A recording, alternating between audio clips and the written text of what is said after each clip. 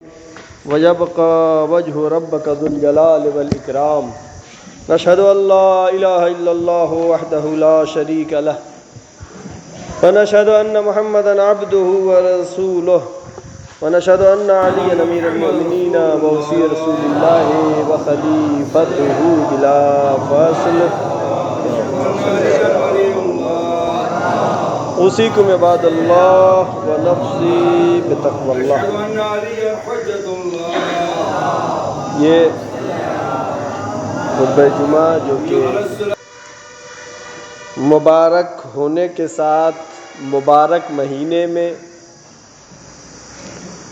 وہ برکتوں والا مہینہ کہ جس کے لیے پیغمبر اکرم حضرت محمد مصطفیٰ صلی اللہ علیہ وآلہ وسلم نے بہت سارے اس کے فضائل بیان کیے ہیں. گزشتہ خطبہ جمعہ میں نے استقبال ماہ مبارک رمضان کے سلسلے سے نبی پاک کا جو مخصوص خطبہ ہے آپ کی خدمت میں چند عوارض اس خطبے سے پیش کیے تھے. یہ مہینہ جو کہ فضائلوں سے بھرا ہوا ہے اور اس مہینے میں تمام عبادتوں کا ثواب بڑھ جاتا ہے، زیادہ ہو جاتا ہے. لہذا بہت سے بزرگان سے نقل ہوا ہے کہ جیسے خمس کا نکالنا یا غریبوں کی مدد کرنا، یتیموں کی مدد کرنا، بیواؤں کی مدد کرنا، تمام کار خیر بہت سارے اس مہینے میں کچھ خاص کر انجام دیا کرتے ہیں. چونکہ اس ماہ مبارک کے رمضان میں ثواب کئی گنا بڑھ جاتا ہے اور اس مہینے کی تمام عبادتیں جہاں تک ہیں، ایک خاص عبادت اس مہینے کی ہے، وہ ہے روزہ.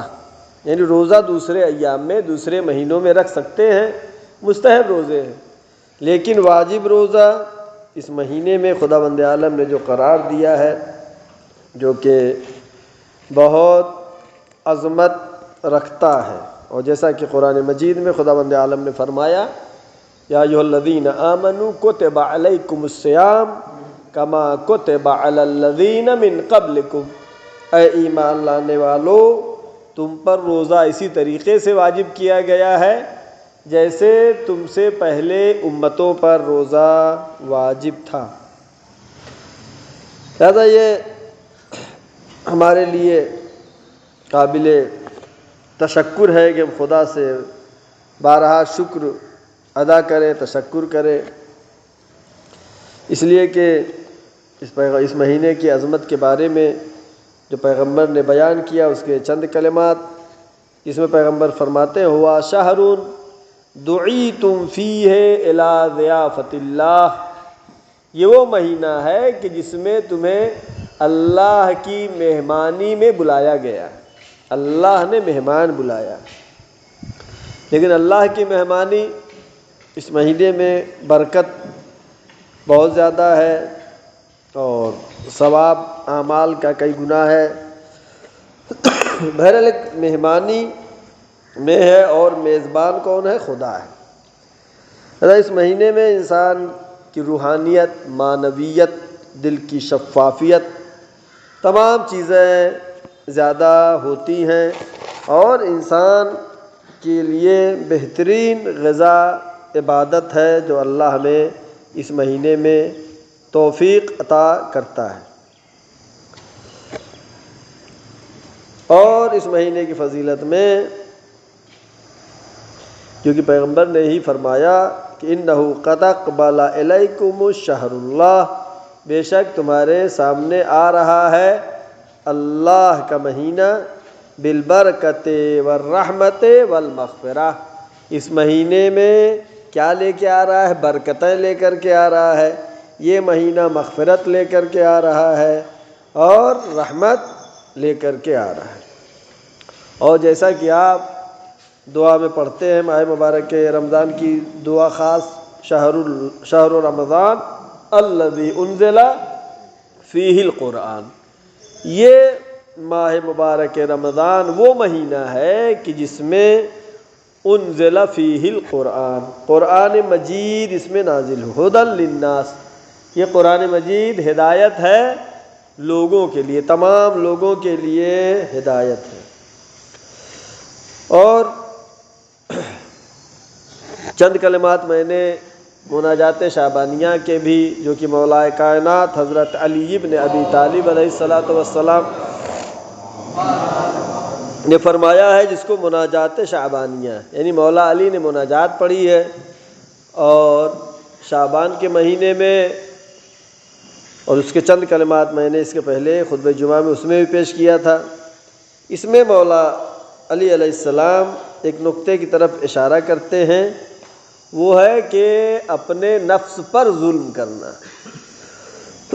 دعا کمیل میں بھی آپ پڑھتے ہیں، ظلم تو نفسی، پروردگارا ہم نے اپنے نفس پر ظلم کیا ہے، ظلم تو نفسی، یہ نفس پر ظلم کیا ہے؟ نفس پر ظلم، جیسا کہ مولا کائنات حضرت علی بن ابی طالب علیہ السلام فرماتے ہیں، الہی قد جرت علی نفسی، اے میرے اللہ ہم نے اپنے نفس پر ظلم کیا ہے۔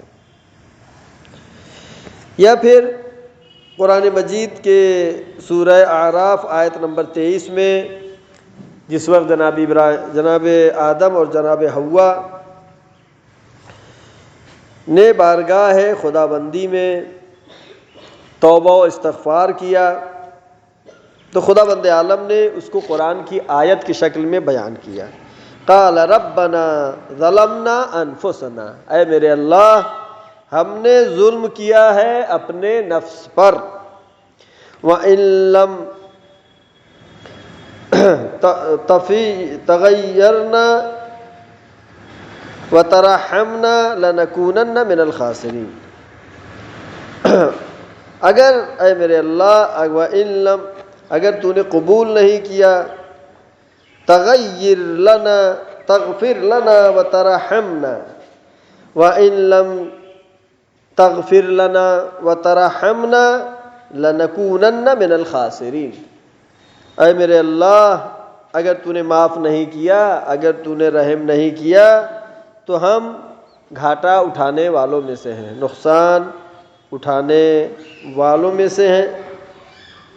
اور مولا کائنات نے بھی فرمایا کہ ظلم نفسہ من عصى اللہ واطاع الشیطان، مولا کائنات حضرت علی بن ابی طالب علیہ السلام فرماتے ہیں کہ اپنے نفس پر ظلم کرنے کا کیا مطلب ہے؟ امام نے کیا فرمایا؟ ظلم نفسہ من عصى اللہ، جو گناہ کرے اللہ کا، جو گناہ کا مرتکب ہوتا ہے، اس نے اپنے نفس کے اوپر ظلم کیا، واطاع الشیطان، اور اس نے شیطان کی اطاعت کیا، یعنی جس نے شیطان کی اطاعت کیا اور گناہ کا مرتکب ہوا، اس نے اپنے نفس پر ظلم کیا۔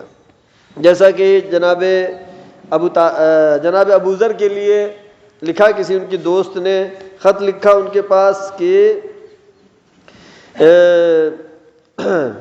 کیا کریں، مثلا کوئی نصیحت کرو، ہمیں کوئی نصیحت کرو کہ ہم دنیا میں بھی کامیاب رہیں، آخرت میں بھی کامیاب رہیں۔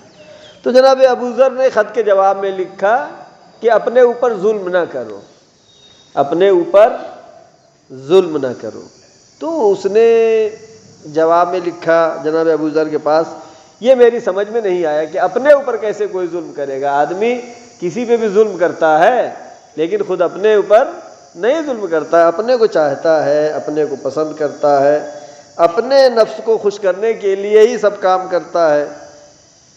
تو پھر جناب ابو ذر نے اس کے جواب میں لکھا کہ جو بھی اللہ کی معصیت کرتا ہے، جو گناہ کا مرتکب ہوتا ہے، وہ اسی طریقے سے ہے کہ جیسے اس نے اپنے نفس پہ ظلم کیا ہے، یعنی اپنے نفس پر ظلم کرنا، گناہ کا مرتکب ہونا ہی اپنے نفس پر ظلم کرنا ہے۔ لہذا ہم جو پڑھتے ہیں دعاؤں میں، ظلم تو نفسی، ہم نے اپنے نفس پر ظلم کیا، جو بھی گناہ ہو، کسی طرح کا بھی انسان گناہ کا مرتکب ہوتا ہے، یہ ظلم ہی کہلاتا ہے۔ اور اپنے نفس پر ظلم کے سلسلے میں ایک واقعہ ذکر ہوا ہے۔ مولانا رومی جو کہ بہت بڑے شاعر، بہت بڑے عالم بھی تھے فارسی زبان کے، ان سے ایک حکایت نقل ہوئی ہے کہ انہوں نے کسی فقیر سے اس حکایت کو نقل کیا ہے، اور اس شعر میں انہوں نے کہا ہر چه کنی بخود کنی وگر ہمیں نیکو بد کنی، یعنی جو کچھ تم کرتے ہو خود کرتے ہو، گر ہمیں نیکو بد کنی، چاہے برائی کرو چاہے اچھائی کرو وہ سب تمہارے طرف ہی پلٹتا ہے۔ اگر تم اچھائی کرتے ہو تو اس کی بازگشت بھی تمہاری طرح ہے، اگر تم برائی کرتے ہو تو اس کی بازگشت بھی تمہاری طرف ہے۔ تو یہ شعر پڑھتا ہوا فقیر گلی میں گھوم رہا تھا، ٹہل رہا تھا، بھیک مانگ رہا تھا، اسی شعر کو پڑھتے ہوئے ایک بوڑھی عورت تھی، ضعیفہ تھی، اس نے اس بات کو سنا کہ وہ کہہ رہا ہے کہ اگر تم برائی کرو گے تو یہ برائی تمہاری طرف ہی پلٹ کر آئے گی، اس کا نقصان تمہیں کو ہونے والا ہے۔ اس ضعیفہ نے کہا کہ آج ہم اس فقیر کی بات کو غلط ثابت کر دیں گے، آج ہم اس کی بات کو غلط ثابت کر دیں گے۔ وہ کھانا پکانے جا رہی تھی، روٹی بنانے، اس نے آٹے میں زہر ملا دیا، اور جب فقیر اس کے دروازے پہ جب آیا تو وہ زہر ملا ہوا روٹی دے دیا فقیر کو، کہا دیکھیں کیسے پلٹتا ہے، ہم نے تو یہ برائی کی، یہ برائی ہماری طرف کیسے پلٹتی ہے۔ یہ شعر جو پڑھ رہا ہے کہ برائی جو ہے انسان کی یا اچھائی اس کی طرف پلٹتی ہے، یہ کیسے ہو سکتا ہے، ہم آج اس کی بات کو غلط ثابت کر دیں گے۔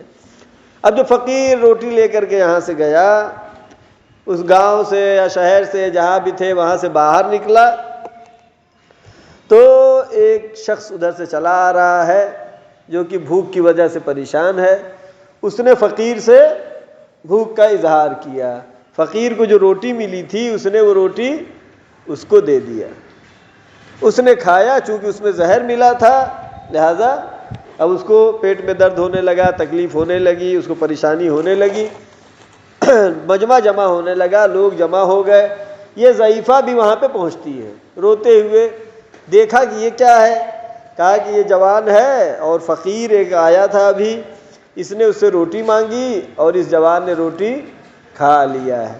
اب ضعیفہ نے جب دیکھا تو وہ اس کا بیٹا ہی تھا جو کہ سفر پر گیا ہوا تھا، سفر سے واپس آ رہا تھا اور بھوک کی وجہ سے وہ پریشان تھا، اس زمانے میں اتنا انتظام بھی نہیں تھا، اس فقیر نے وہ روٹی، اسے کیا پتا تھا کہ اس میں زہر ملا ہے، اس نے وہ روٹی دے دیا اور اس روٹی کی وجہ سے اس بڑھیا کا بیٹا ہی دنیا سے چلا گیا۔ تب اس نے وہی علامہ مولانا رومی کا وہ شعر پڑھا جو کہ برائی کرتا ہے اس کو برائی ہی ملتی ہے، جو اچھائی کرتا ہے اس کو اچھائی، ہر چه کنی بخود کنی گر ہمیں نیکو بد کنی، جو بھی کرو گے نیکی کرو گے سمجھو اپنے ساتھ کیا ہے تم نے، چاہے دوسرے کے ساتھ کر رہے ہو، دیکھنے میں لگ رہا ہے کہ تم دوسرے کے ساتھ کر رہے ہو، دیکھنے میں لگ رہا ہے کہ تم دوسرے کی مدد کر رہے ہو، دیکھنے میں لگ رہا ہے کہ تم دوسرے کو پریشان کر رہے ہو، لیکن واقع میں اس کی بازگشت انسان کی طرف ہوتی ہے، دنیا میں ہو جائے گی یا پھر آخرت میں تو اللہ حساب لینے والا ہے۔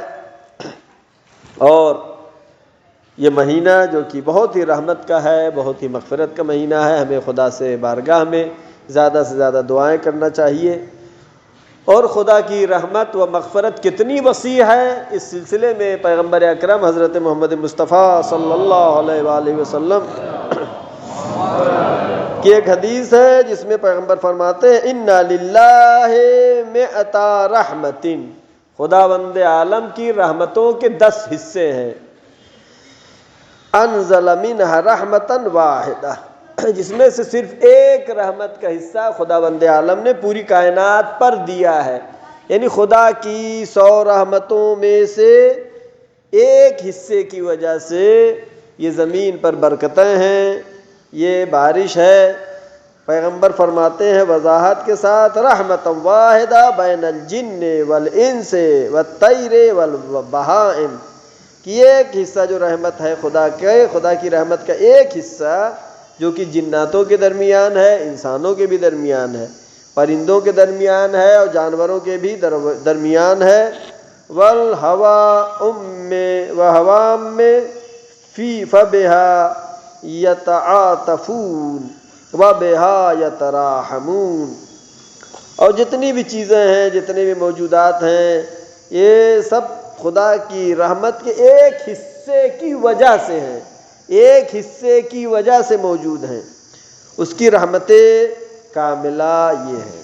آگے پیغمبر فرماتے ہیں وَتَسْتِسْعِينَ رَحْمَةٌ يَرْحَمُ بِهَا عِبَادَهُ يَوْمَ الْقِيَامَةِ کہ خدا بند عالم 99% جو رحمت ہے خدا کی وہ اللہ تعالیٰ قیامت کے دن اپنے بندوں پر کرے گا.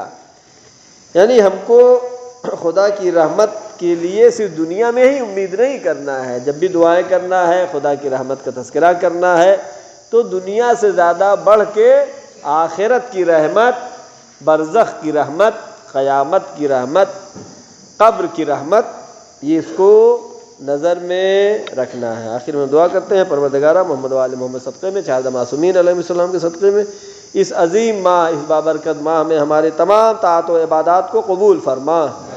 پروردگارہ جو بھی پریشان حال ہیں ان کی پریشانیوں کو برطرف فرما. پروردگارہ جو مریض ہیں ان کو شفائے کامل و عاجل عطا فرما. جو مقروض ہیں ان کے قرضوں کو ادا فرما. پروردگارہ پرچم اسلام کو سربلند فرما، پرچم کفر و نفاق کو سرنگو فرما. پروردگار آخری حجت امام زمانہ کے ظہور میں تعجیل فرما، ہم سب کو ان کے یاور و انصار میں شمار فرما. وآخر دعوانا ان الحمد للہ رب العالمین. بسم اللہ الرحمن الرحیم. والعصر ان الانسان لفی خسر الا الذین آمنوا وعملوا الصالحات وتواصوا بالحق وتواصوا بالصبر. صدق اللہ العلی العظیم.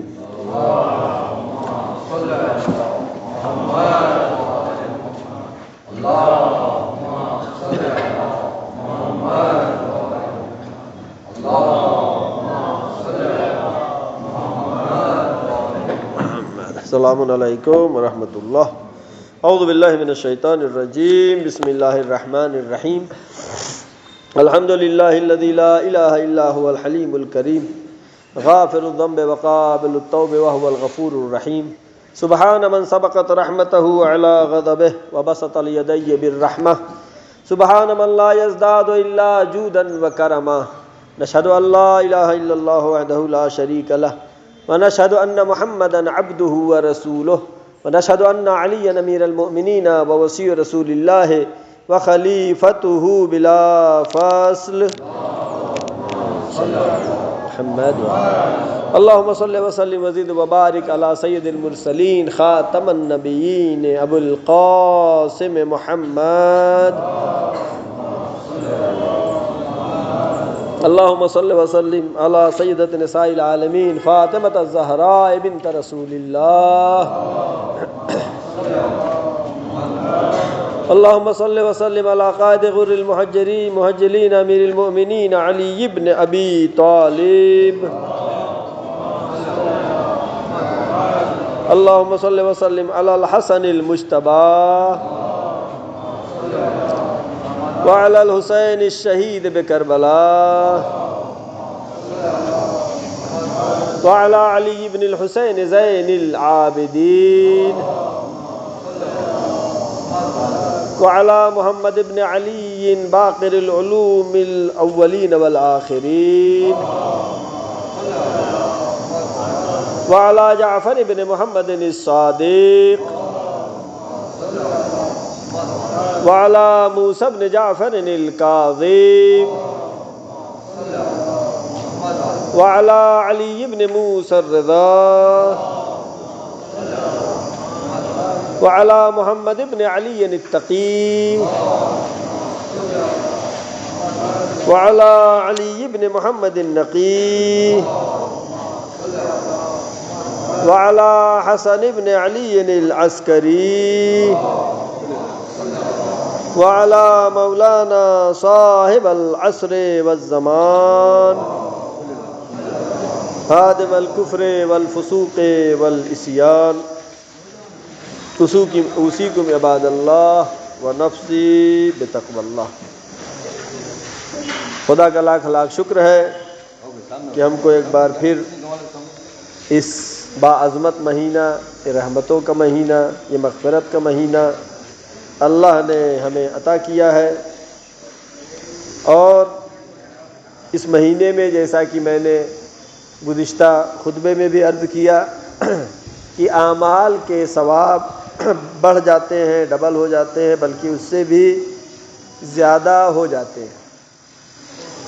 اور اس وقت کریم پور میں جو ثواب کے لیے بہترین ذریعہ ماہ مبارک رمضان کی افطاری کے علاوہ بھی فراہم ہے، وہ تعمیر مسجد ہے، کہ جس میں نے اس کے پہلے بھی بیان کیا کہ پیغمبر اکرم حضرت محمد مصطفیٰ صلی اللہ علیہ وآلہ وسلم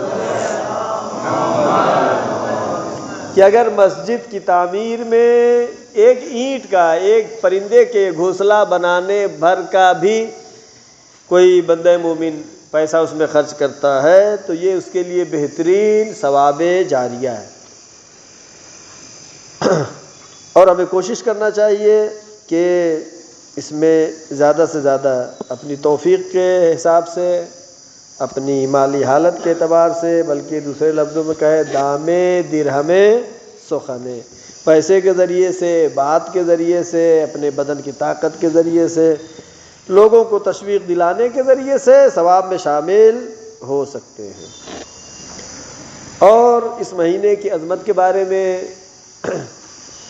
پیغمبر اکرم نے فرمایا کہ اے مہینہ اہل قبلہ کی بخشش کا مہینہ ہے، یعنی ہمیں زیادہ سے کوشش کرنا ہے کہ اس مہینے میں اپنے تمام گناہوں کی بخشش خدا سے حاصل کر سکے، اس لیے کہ جیسا کہ روایات میں ہے اگر ماہ مبارک رمضان میں بندہ اپنے گناہوں سے پاک نہیں ہو پاتا ہے تو پھر اسے انتظار کرنا ہوگا کب تک کا؟ عرفہ کا۔ لہذا سب سے اہم موقع ہے اللہ کی بارگاہ میں تنہائی میں اس کے سامنے دعا کرنا، اس کے سامنے اپنے گناہوں کا اقرار کرنا، اس کے سامنے اپنے گناہوں کی معافی مانگنا۔ یہ دین اسلام میں کتنا اچھا ہے کہ بندہ ہے اور اس کا خدا ہے، بیچ میں کوئی بھی نہیں ہے۔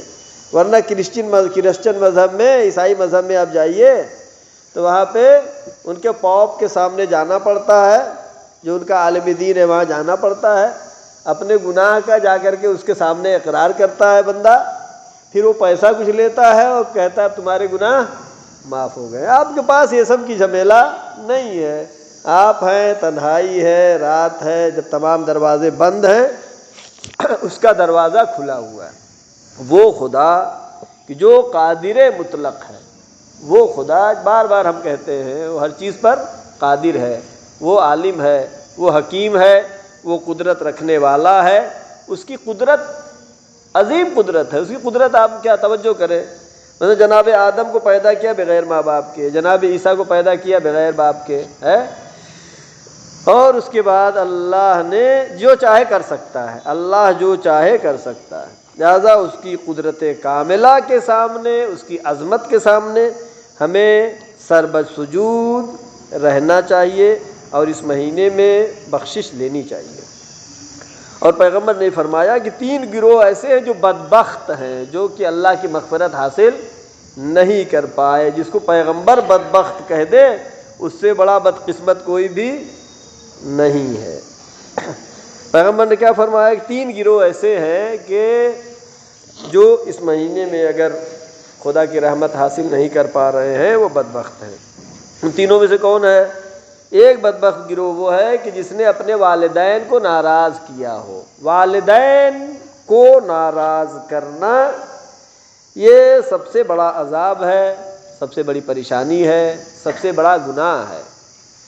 اور اگر والدین کسی کی زندگی میں ناراض تھے اور دنیا سے چلے گئے ہیں تو چاہیے کہ اس کی قبر پہ جا کر کے ان سے معافی طلب کرے، معافی مانگے، اس لیے کہ والدین کا مرتبہ وہ عظمت، وہ مرتبہ جو قرآن نے بتایا ہے، جو اسلام نے بتایا ہے، شاید کسی دین نے بھی ایسا نہ بتایا ہو۔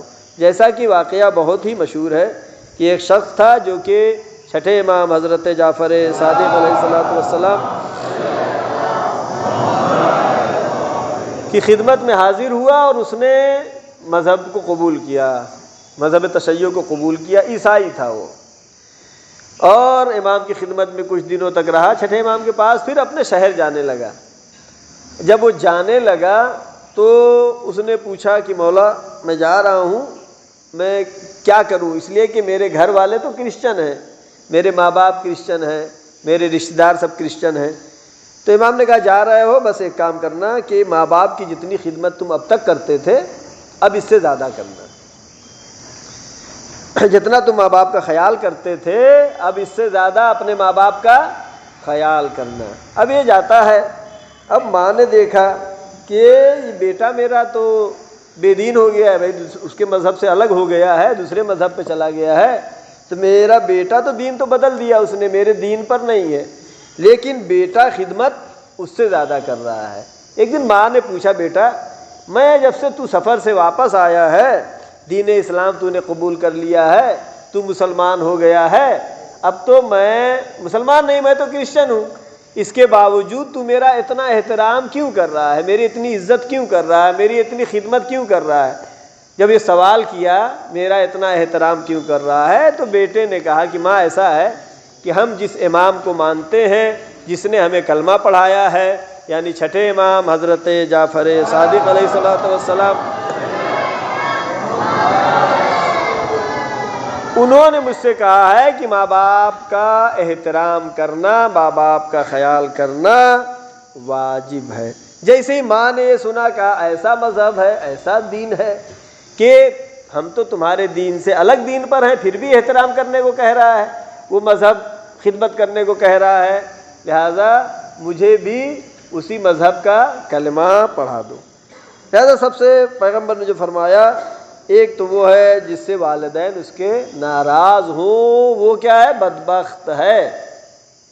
والدین کو راضی رکھنا، جیسا کہ قرآن مجید کی آیت بھی، وَلَا تَقُلْ لَهُمَا اُف، ان کے ساتھ اف بھی نہ کرو، وَقُلْ لَهُمَا قَوْلًا کریما، ان کے ساتھ نرمی سے گفتگو کرو، وَاخْفِضْ لَهُمَا، ان کے لیے اپنے بازوؤں کو جھکا کے اکڑ کے ان کے سامنے مت جاؤ۔ اتنی تاکید قرآن کیوں کر رہا ہے؟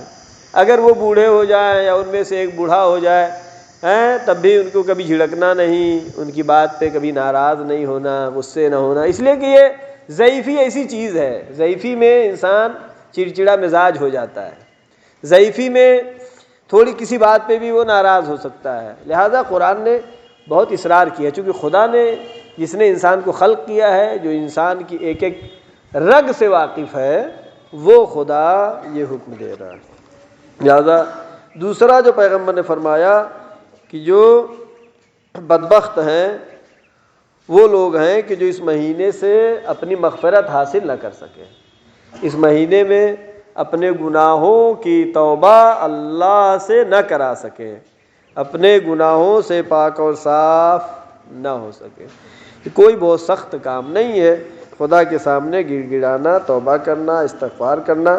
وہ رحیم ہے، وہ کریم ہے، وہ ہر طرح کے گناہوں کو معاف کرنے والا ہے، شرک کے علاوہ۔ شرک اگر ہے تو اس کو خدا معاف کرنے والا نہیں ہے۔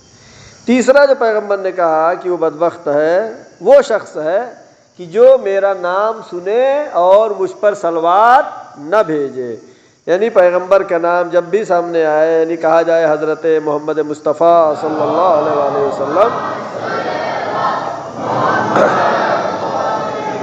اور میرا نام سننے کے بعد اگر صلوات نہیں پڑھتا ہے تو وہ بدبخت ہے۔ لہذا اس کا مطلب یہ ہے کہ اس کا ثواب بہت ہی زیادہ ہے، اس لیے اہل بیت نے یا رسول نے یا امام نے جہاں پہ اپنے لیے کوئی بات کہی، ایک بحث تھی کہ جہاں بھی بحث ہم کو دکھائی دیتی ہے فقہ میں، احادیث میں، تو زیادہ تر زکوٰۃ کے بارے میں تذکرہ ہے، خمس کے بارے میں تذکرہ بہت کم ہے۔ ہمارے ایک استاد تھے بہت بزرگ عالم دین، ان سے ہم نے پوچھا کہ استاد ایسا کیوں ہے؟ عجیب نکتہ انہوں نے بیان کیا، غور کی بات ہے۔ میں نے اس لیے کہا کہ یہاں پیغمبر نے خود کہا کہ میرے اوپر اگر صلوات نہ پڑھے تو وہ کیا ہے؟ بدبخت ہے۔ دونوں نے یہی فرمایا کہ دیکھو زکوٰۃ کی بحث زیادہ ہے، حدیثوں میں اس لیے آیا ہے کہ زکوٰۃ دوسروں کے لیے ہے، یعنی زکوٰۃ خود اہل بیت کے لیے نہیں ہے، خود ائمہ معصومین کے لیے نہیں ہے۔ خلاصہ میں ہے کہ زکوٰۃ غیر سادات کے لیے ہے، اور خمس کس کا حق ہے؟ امام معصوم کا خود حصہ ہے، لہذا امام معصوم اپنے لیے خود حصہ کہے بار بار، خود ایک عام انسان اس میں شرم کرتا ہے تو وہ امام جو کہ عظیم مرتبے پر فائز ہے، لہذا امام معصومین نے خمس کا تذکرہ روایات میں بہت کم کیا ہے، اور یہ صلوات بھی اسی میں سے ضمن میں آتا ہے، چونکہ اس کا ثواب بہت زیادہ ہے، لہذا پیغمبر نے یہ بیان کیا اور حالات حاضرہ میں خبریں آپ سن ہی رہے ہیں کہ وسیم رضوی کی جس نے قرآن مجید کی آیات کے اوپر اعتراض کیا تھا اور کہا تھا کہ یہ قرآن سے حذف ہو جانا چاہیے، ہٹا دینا چاہیے، جو کہ غیر منطقی بات اس کی تھی، جو ناممکن بات ہے، انڈیا کے ہائی کورٹ یا دنیا کے کسی بھی ہائی کورٹ کے بس میں یہ بات نہیں ہے۔ ابھی چند دن پہلے خبر آئی کہ ہائی کورٹ نے اس کی عرضی کو خارج کر دیا ہے کہ یہاں پر مقدمہ یہ نہیں چل سکتا ہے، اور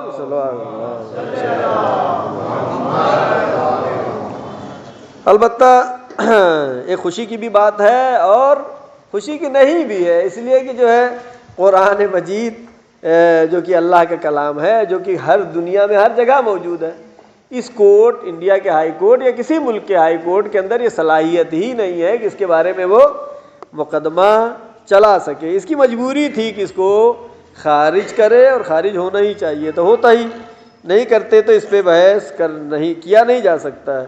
مثلا کوئی آدمی بحث کرنے لگے کہ مریخ پر یا چاند پر کوئی آدمی کسی کو مار دے ہیں، یا مریخ پر آدمی ہے تو نماز کیسے پڑھے، ممکن ہے، لیکن یہ ناممکن والی باتیں ہیں، وہ اسی طریقے کی بات تھی یہاں کی عدالت کے لیے۔ اور اس ماہ مبارک رمضان میں جہاں پر بہت سے اعمال ہیں، سب کے ثواب بہت عظیم ہیں، اور اس میں جو ایک عمل ہم روزانہ کرتے ہیں، البتہ الحمدللہ کریم پور میں ہر روز نماز صبح سے پہلے دعائے عہد کی تلاوت ہوتی رہی ہے، ماہ مبارک میں خاص تاکید ہے۔ یہ دعا جس کی عظمت بہت زیادہ ہے، موقع اس کا کم ہوا کرتا ہے، لہذا اس کا ترجمہ میں تفسیر و توضیح و تشریح نہیں پیش کروں گا، اس لیے کہ وقت اتنا نہیں ہے۔ دعائے عہد کا ترجمہ ہم پیش کریں گے آپ کی خدمت میں۔ یہ دعا ہمارے چھٹے امام حضرت جعفر صادق علیہ السلام،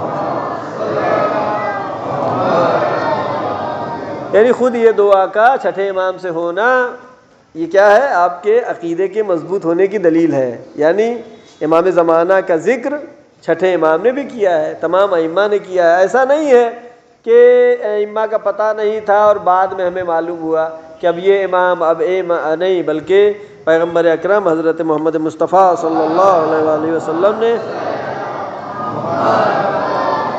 تمام ائمہ معصومین کے نام، القاب، سب کچھ بتا کے گئے، اور ایسا نہیں کہ صرف شیعہ کتابوں میں ہے، ائمہ معصومین جن کو آپ امام مانتے ہیں ان کے نام اہل سنت کی کتابوں میں بھی ہے۔ ایک اہل سنت عالم سے میری بحث ہوئی تو انہوں نے یہ بات عجیب کہی، انہوں نے کیا کہا؟ عالم، دیکھیے عام پبلک کی ہم بات نہیں کر رہے ہیں، عالم کی بات کر رہے ہیں، ان کی ایک کتاب ہے، بہت مشہور کتاب ہے، ینابی المودت، اردو میں بھی ہے، اس میں بھی نام ذکر ہوا ہے پیغمبر کا۔ تو وہ چونکہ عالم تھے تو انہوں نے کہا کہ ہاں نام تو 12 اماموں کا رسول اللہ بتا کر کے گئے ہیں، لیکن ہم میں اور آپ میں ایک فرق ہے۔ کیا فرق ہے؟ آپ جسے امام مانتے ہیں اسی کو کہتے ہیں خلیفہ بھی ہے، اسی کو کہتے ہیں حاکم بھی ہے، لیکن ہمارے ہاں امام الگ ہے اور خلیفہ الگ ہے۔ جب بات پھنس جاتی ہے تو ایسی بات کرتے ہیں، ہم خلیفہ ان کو مانتے ہیں، پہلے خلیفہ، دوسرے خلیفہ، تیسرے خلیفہ، پھر بنی امیہ کے جتنے بادشاہ گزرے وہ خلیفہ، پھر بنی عباس کے بادشاہ گزرے وہ خلیفہ، لیکن امام یہ ہے، پہلے امام حضرت علی علیہ السلام، دوسرے امام حضرت حسن علیہ السلام۔ تو 12 اماموں تک انہوں نے گنایا، کہا ان کو ہم بھی امام مانتے ہیں لیکن ان کو خلیفہ نہیں مانتے، امام مانتے ہیں لیکن خلیفہ نہیں مانتے۔ ہم نے کہا دیکھیے میدان سے بھاگنے والی باتیں ہیں یہ ہیں، پیغمبر نے جب بتایا ہے تو اس کو ماننا چاہیے، نہ یہ کہ آپ کہیں کہ ہم ان کو اس لیے دلیل کیا ان کی تھی؟ کہا یہ دنیا بہت ہی ناچیز ہے، دنیا بہت ہی بیکار ہے، ان کا مرتبہ اس سے کہیں زیادہ بلند ہے کہ اس دنیا کی حکومت کو قبول کریں۔ دلیل کیا دیا؟ کہ امام معصوم کا مرتبہ اس سے کہیں زیادہ بلند ہے کہ اس دنیا کو حکومت کو قبول کرے، لہذا ان کو ہم خلیفہ نہیں مانتے ہیں، ان کو امام مانتے ہیں۔ لیکن بات بالکل کٹ رہی ہے، یعنی پیغمبر نے حکومت بنائی یا نہیں بنائی؟ حکومت اسلامی بنائی، مدینے میں بنائی۔ بقیہ گزشتہ انبیاء نے حکومت بنائی اس دنیا میں یا نہیں بنائی؟ بنائی۔ لہذا یہ کہنا کہ ہم ان کو خلیفہ و جانشین اور ولی امر اور صاحب حکومت اس لیے نہیں مانتے ہیں کہ یہ چھوٹی معمولی دنیا ہے، اس کی حکومت وہ قبول کرنے والے نہیں۔ مولا کائنات نے قبول کیا یا نہیں کیا؟ قبول کیا۔ جب امام پہ آئے اور آ کر کے بیعت کیا، البتہ بیعت کے سلسلے میں بھی الگ سلسلہ ہو گیا، سسٹم الگ ہو گیا، اور مولا کائنات کے سامنے آ کر کے جب بیعت کیا اور امام نے قبول کیا۔ دادا یہ دعائے عہد کہ جس کے چند کلمات آپ کی خدمت میں پیش کروں گا۔ دعا یہاں سے شروع ہوتی، پہلی دعا ہے اللہم رب النور العظیم، اے میرے اللہ تو رب ہے، تو ہمارا پالنے والا ہے، اور تیرا نور بہت ہی عظمت والا ہے۔ البتہ نور کے بارے میں پھر توضیح و تفسیر ہے۔ ورب الکرسی الرفیع، اے میرے اللہ تو رب ہے بلند باعظمت کرسی کا۔ البتہ کرسی جو ہمارے یہاں ہے بیٹھنے کے لیے چار پائے والی، اللہ کے لیے اس کرسی کی ضرورت نہیں ہے، اس کی عظمت مراد ہے۔ ورب البحر المسجور، اے میرے اللہ جو کہ رب ہے سمندروں کا، ومن منزل التوراۃ والانجیل والزبور، تو نازل کرنے والا ہے، توریت کو بھی تو نے نازل کیا ہے، انجیل کو بھی نازل کیا ہے، اور زبور کو بھی نازل کیا۔ ورب الظل والحرور، اے میرے اللہ تو رب ہے سائے کا بھی اور روشنی تیز گرمی کا بھی۔ ومنزل القرآن العظیم، تو قرآن عظیم کو نازل کرنے والا ہے۔ ورب الملائکۃ المقربین، اے میرے اللہ تو مقرب اور نزدیکی فرشتوں کا بھی رب ہے۔ والانبیاء والمرسلین، انبیاء کا بھی رب ہے اور مرسلین کا بھی، رسولوں کا بھی رب ہے۔ اب یہاں پر اللہ کی تعریف کرنے کے بعد امام دعا شروع کرتے ہیں۔ خود یہ دعا دلیل ہے کہ ائمہ معصومین نے امام زمانہ کا تذکرہ مختلف طریقوں سے کیا ہے، بتایا ہے، اور کوئی اچانک غیبت نہیں ہو گئی کہ غیبت امام زمانہ کی اچانک ہو گئی کہ حالات صحیح نہیں تو ہو گئی، نہیں، تمام روایات میں، احادیث میں ائمہ معصومین نے سب بتایا ہے، رسول اللہ نے بھی بتایا ہے۔ اب اس دعا میں امام کیا فرما رہے ہیں؟ اللہم انی اسألک بوجہک الکریم، پروردگارہ ہم سوال کرتے ہیں تیری بارگاہ میں تیری کرم کے ساتھ، تیرے کرم کے ساتھ، وبنور وجہک المنیر، اور تیرے نور کے ساتھ جو کہ چمکنے والا، روشن کرنے والا ہے، وملکک القدیم، یہ حوالے سب اللہ کے سامنے دعا کے لیے ہے۔ ائمہ معصومین نے ہم کو دعا کرنا سکھایا ہے، ورنہ کہاں یہ سب باتیں انسان کے ذہن میں کہاں سے آ سکتی ہیں؟ اس طرح سے دعا کرے جیسے دعائے کمیل میں آپ پڑھتے ہیں کہ پروردگارہ اگر تجھے مجھے جہنم میں ڈال دیا تو پھر کیا ہوگا؟ میں وہاں پہ بھی روؤں گا، چلاؤں گا، تیری امید کا اظہار کروں گا۔ یہ سب باتیں عام انسان سوچ نہیں سکتا۔ امام معصوم بتا رہے کیسے دعا کرنا ہے۔ اللہم انی اسألک بوجہک الکریم وبنور وجہک المنیر وملکک القدیم، تیرا ملک جو ہمیشہ، تیری حکومت ہمیشہ سے تھی اور ہمیشہ رہے گی، یا حیو یا قیوم، اے خدا جو کہ ہمیشہ سے زندہ ہے اور ہمیشہ زندہ رہے گا۔ اسألک باسمک الذی اشرقت بہ السماوات والارضون، ہم تیری بارگاہ میں دعا کرتے ہیں اس نام سے الذی جو کہ اشرقت بہ السماوات والارضون، کہ جس نام کے ذریعے سے آسمان بھی روشن ہے اور زمین بھی روشن ہے۔ البتہ ایک ایک جملے کی وضاحت چاہیے، یہاں پہ میں صرف ترجمہ بیان کر رہا ہوں۔ وَبِسْمِكَ الَّذِي يُصْلَحُ بِهِ الْأَوَّلُونَ وَالْآخِرُونَ، اور اس نام سے کہ جس نام کے ذریعے سے اول کے لوگ بھی، گزشتہ لوگ بھی اور بعد والے لوگ بھی اصلاح پائیں گے۔ وَالْآخِرُونَ یا حیًّا قبل کل حی، اے خدا جو کہ زندہ ہے تو تمام موجودات کے زندہ ہونے سے پہلے، جب کچھ بھی نہیں تھا تو تھا۔ وحیًّا بعد کل حی، اور تمام موجودات زندہ جب ختم ہو جائیں گے تب بھی تو زندہ رہے گا۔ وَيَا حَيًّا حِيلَ لَا حَيْ یا مُحْيِي الْمَوْتَى وَمُمِيتَ الْأَحْيَاء یا حَيُّ لَا إِلَٰهَ إِلَّا أَنْتَ، اے وہ خدا کی جس کے علاوہ کوئی اور ہے ہی نہیں ہے۔ اللہم، اب یہاں پر اتنی توصیف اللہ کی تعریف کرنے کے بعد اب دعا یہاں پر امام زمانہ کے لیے امام علیہ السلام نے یہ بتایا، اللہم بلغ مولانا، پروردگارا بھیج دے ہمارے مولا و آقا کو، الامام الہادی المہدی القائم بامرک، وہ امام جو کہ مہدی آخر الزمان علیہ السلام ہیں،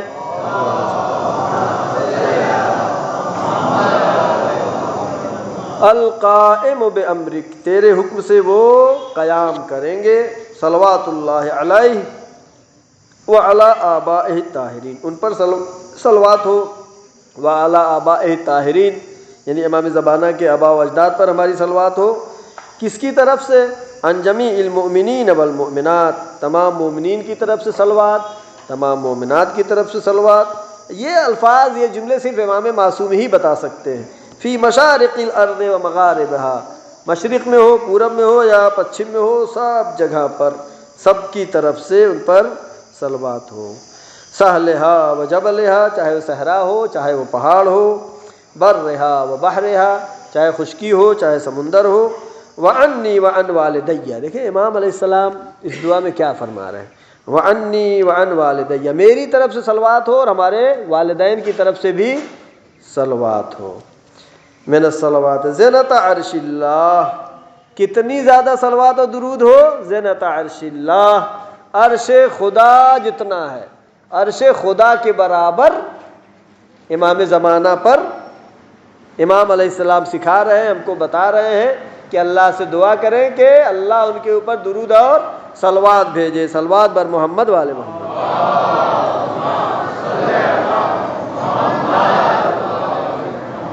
ومداد کلماتہ وما احصاہ علمہ واحاط بہ کتابہ، اللہم انی اجدد لہ، بہت سے کلمات چھوڑ دے رہا ہوں، وقت نہیں ہے۔ اللہم انی اجدد لہ فی صبیحۃ یومی ھذا، پروردگارا ہم آج کی صبح میں بلکہ ہر صبح میں اپنے امام زمانہ کے سامنے بیعت کرتے ہیں، بیعت تجدید بیعت کرتے ہیں، فی ھذا وما عشت من ایامی، اور جتنے بھی دن میں زندہ رہوں گا امام کے سامنے یہ بیعت کرتا رہوں گا، عہدن و عقدن و بیعتن لہو فی عنقی، کہ میرے گردن پر ان کی بیعت ہے، ہر صبح میں ان کی بیعت کرتا رہوں گا۔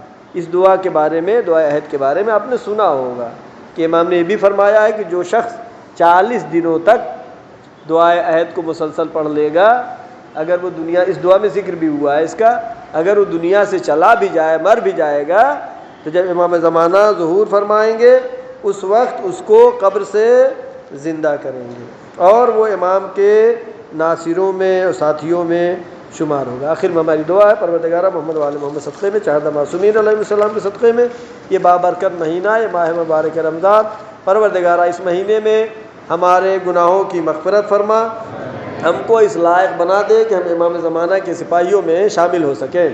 پروردگارہ ہمارے تمام مرحومین کے گناہوں کی مغفرت فرما۔ پروردگارہ جہاں جہاں بھی مسلمان ہیں، مومنین ہیں، پریشان حال ہیں، ان کی پریشانیوں کو برطرف فرما۔ پروردگارہ ہمارے ملک میں امن و سکون عطا فرما۔ پروردگارہ باران رحمت ہم پر نازل فرما۔ معبود جو بچے طلاب و طالبات علم حاصل کر رہے ہیں ان کو روز بروز علمی روحانی ترقی و کامیابی عطا فرما۔ معبود پرچم اسلام کو سربلند فرما، پرچم کفر و نفاق کو سرنگو فرما۔ علماء اکرام، مراجع اکرام، بالاخص آیت اللہ سیستانی و مقام معظم رہبری کی حفاظت فرما۔ پروردگارہ ہمارے تمام اتباعت عالیات کی حفاظت فرما۔